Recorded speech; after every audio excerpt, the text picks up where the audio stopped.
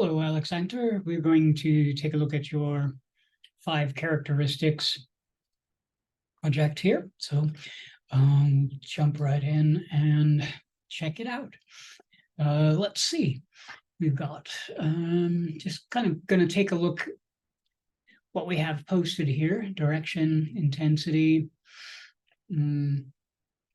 temperature, and contrast, and hardness. Looks like you have it all there, labeled. Looks good. I am seeing a lot of repetition of the same composition over and over again. I'll talk a little bit about that, but we'll kind of just take a look just right in at the beginning here. Direction is the most important part of the 5 characteristics. I feel confident in being able to say that because it establishes the overall mood and sort of gives the image a sense of time, and it gives it a sense of gravity. When we notice where the light is coming from, it gives us a certain perspective. When light is just a universal sort of all over omnipresent situation, it really leaves us with a lot of open-ended questions in terms of where the light's coming from, where shadows are going to be coming from. You usually don't see a whole lot of shadows, or the shadows are very diffused or very soft. When we see things like shadows, when we see direction, it grounds the image in a certain way. It establishes the sort of tone and sets the rhythm of the image. From there, then everything else sort of happens. Now, in your compositions here, it looks like we started off really well. In these first few here, we've got compositions sort of spread out. It's interesting in these 200 level courses to see just how much of the foundation, how much of the core sort of carries over into these 200 level courses, how much of the compositional information that you learn there translates over, that you carry over into these courses. We really want that to happen. We really want everyone to continue to consider the very basics there in terms of arranging things on a 2-dimensional plane. Looks like you've done it very well here, and you're continuing to place things sort of asymmetrically. Things look fairly well organized here. We do have the light showing up in the image in a few of these, and that interestingly enough may not have shown up on your viewfinder. You may not have seen that when you were initially looking through to make the images, because viewfinders, or those screens that you see, don't necessarily show you 100% of the image capture. Sometimes they only show you 95% or 90% sometimes even. So you may not have seen that. Under most circumstances, you want to avoid situations like that, where you have the fragment of light sort of like this right here coming in to the image. Also here, we lost all detail here with the image kind of coming right up on the front here, and it in a way interferes with what's going on here, which is so elegant and beautiful. This is really looks like what you wanted us to look at, but we have this sort of almost this is imposing figure here getting in the way. Again, that's a compositional sort of observation that is easily correctable. These compositional things are easy to correct in terms of the next time you're looking to be aware of the entire picture plane. Photography is unique in that we must always be looking at the entire thing all at once, as opposed to like maybe a drawing where we're building up the composition little bit by little bit. As soon as we look through the viewfinder of a photograph, we're seeing everything all at once. And we have to kind of break it down and sort of start to reduce it down. And it can be overwhelming at first. This is why these first projects I have you guys have very limited sort of functional control over the camera. I want you to just sort of focus on the lighting, because people that are new to composing with the camera, it formally it is quite a shift, because you are going from drawing and painting and other mediums that are additive, where you make marks and make another mark and make another mark to build a composition. Whereas photography, everything's there, and in a way you're reducing things, cropping things out, removing things from the picture viewfinder and things like that. So looking at the entire picture plane, the whole box, is very important when you're doing this. But it seems like you're doing it fairly well, with the exception of just a few things where stuff kind of gets in the way. Here, it's less of an obstacle as opposed to this. This is so dark that it just sort of it reads as a void. Here, what happens is you've got some variation that's happening, and it allows the eye to kind of wrap around it a little bit more. Still probably not the best idea to have it there compositionally, but I think you're able to get away with it better because you had more light hitting it. Not sure what's going on here with the mouse. We'll use the arrow keys here for a moment. Let's kind of take a look in here. And now we have a lot of repetition here.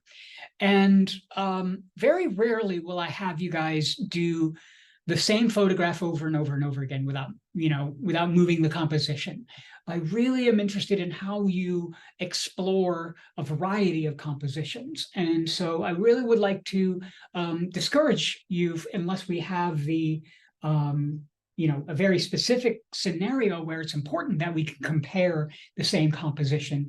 But having the same parameters in different compositions, that's a really interesting experiment to have. So I'm going to look at these anyway, just to kind of see how you're doing with the intensity. That is a variety of different balances of the key light and the fill light. However, in the future, be sure to mix up your compositions. Definitely, we don't want to have the same composition over and over again, not unless it very specifically says do the same composition over and over again. That said, it looks like you are handling this very well. You've got the dark here, and then you are able to then add just a little bit of light there. You're moving the light around a little bit here, adding the light. I'm trying to figure out where your fill light is coming from. It looks like maybe it's coming from this direction. You've got a light coming from the top and the back here. And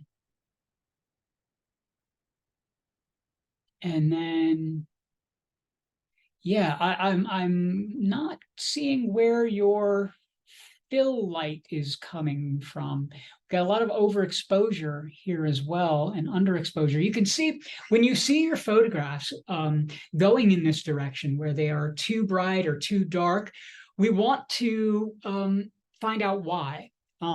It's not just because. We definitely want to know what's going on there, because unless there's a very specific reason, again, that we need it to be very dark because, like, oh, I don't know, we're doing something for a graphic designer and they need this blank void in our photograph so they can add type or text or something. Most of the time, though, we're going to want to have detail or at least texture in even the darkest areas of our image, and in the brightest of areas of our image as well, not having them so bright that they overwhelm the rest of the image. These would be what you call overexposed and underexposed. And if your camera was on program, in other words, your camera was doing all of the metering and measuring, we shouldn't have had that kind of shift. So there may be something going on with your camera if it was on program, or you had it on some other mode that was not allowing it to make the necessary corrections. It's important to kind of take note of that. I am very impressed with the variety of color that you're getting here. Again, a same composition. As I mentioned before, we want to avoid that, but the variation of color and the shifting of tone and things like that, this part of the experiment was really about building that library of different combinations. So I'm hoping that you did, and I'm going to go see if you notated it here, that you did take notes on what those were. You're giving us just temperature 1, temperature 2 through 7. So hopefully you have the recipe on how to reproduce these, because I think they're very interesting, and you've got a lot of valuable information here if you've saved the information, if you know how to reproduce it, because it doesn't really do you very much good if you create something that's spectacular, but you have no idea how you did it. That's always like, oh man, you got to spend a lot of time then trying to figure out just what happened to make it there. But suffice it to say, you've got a lot of variety here. This is exactly what we were going for, except for of course, the repetition of the images over and over again. And then we have the same image again here, that's showing up one more time. Let's see, what is this number? You got contrast, and then we got the same image again happening. So I'm concerned. Maybe you ran out of time or something like that, and you were very quickly making the images. But the lack of variety of compositions is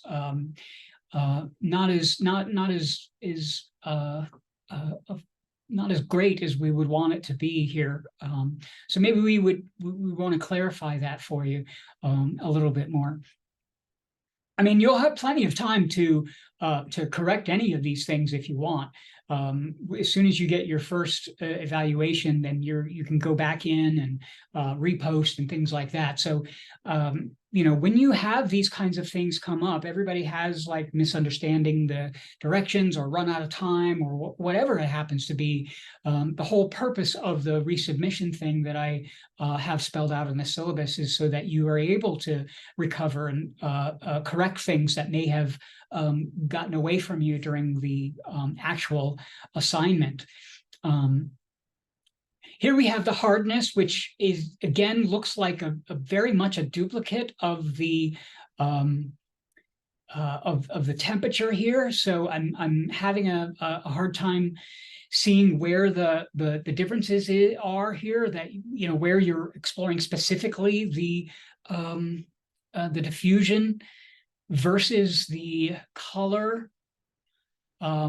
So it looks like maybe there was a little bit of a struggle here in terms of finding the photographs. Maybe you made lots and lots of photographs, and when you went back in, it got a little overwhelming in terms of looking at them and deciding, well, I can't remember which images were which images and things like that. I'm here to help you. I'm not here to, come down on you or anything like that. That's not what I'm about. Hopefully you know that by now. I'm here to kind of help you when you have those kinds of things happen, and so that you can kind of get it right, so that you can get it the way that you want it to be, which presumably is the way that the project was meant to kind of unfold. So let's get together, approach me in class. Hopefully we can talk about a little bit more further details on maybe what trip you up here, and we'll get things sorted out for you. All right. So let's talk, and we'll get things turned around for you in terms of organizing your photographs for you. All right. Well, that's what I have for you. I don't want you to be alarmed or anything like that. As I said, we got resubmissions just for this very reason. So let's get together and we'll work it out. All right, we'll see you in the studio. Bye now.